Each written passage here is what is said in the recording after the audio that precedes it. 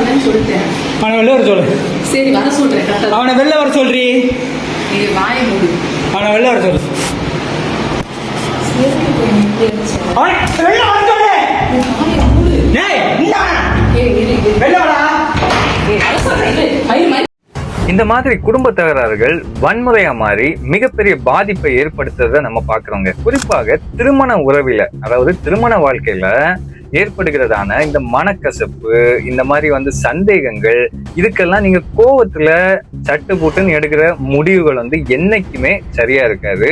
இது இந்த மாதிரி வன்முறையை தூண்டுறதா இருந்துச்சுன்னா அது மிகப்பெரிய பாதிப்பாகும், குடும்பமே பிரச்சனைக்குள்ளாகும். அது மட்டும் இல்ல, உங்களோட குழந்தைகளோட எதிர்காலமும் மிகப்பெரிய கேள்விக்குரியதா தான் இருக்கும்.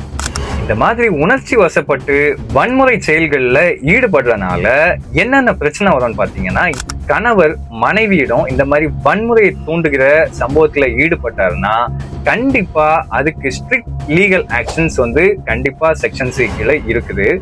BNS ஆக்ட்ஸ் படி, அதாவது cruelty section, attempt to murder section and protection of women from domestic violence act, இதுக்கு கீழே கேசஸ் ரெஜிஸ்டர் பண்ணி ஸ்ட்ரிக்டான பனிஷ்மெண்ட்ஸ் கிடைக்கிறதுக்கு ஹை சான்ஸ் இருக்குது.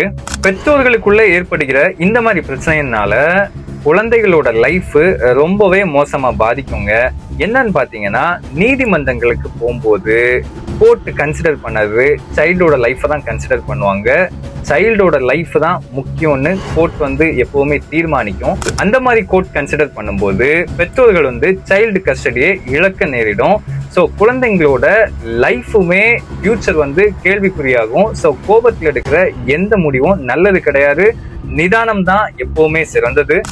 ஸோ முதற்கட்டமா இந்த மாதிரி பிரச்சனை வந்தாச்சுன்னா நீதிமன்றம் மூலம் நீங்க கவுன்சிலிங் ஏற்பாடு பண்ணி, நீங்க அது வழியாட்டு சமரச பேச்சுவார்த்தையை ஏற்பாடு பண்ணி உங்களோட பிரச்சனைகளை தீர்ப்பதற்கு கண்டிப்பா நீங்க நீதிமன்றங்களை அணுகலாம்.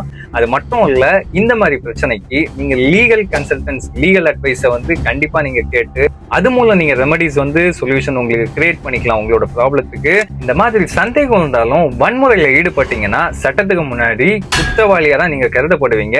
ஸோ நீங்க உங்களுக்கு ரெமடி சொல்யூஷன் கிரியேட் பண்ணணும்னா நீங்க நீதிமன்றம் மூலம் நல்ல ஒரு வழியை தான், நீங்க சட்ட வழியை தான் நீங்க தேர்ந்தெடுக்கணும். அப்பதான் உங்களோட இந்த மாதிரி ஃபேமிலி ப்ராப்ளம்ஸுக்கு சொல்யூஷன் கண்டிப்பா கிடைக்கும்.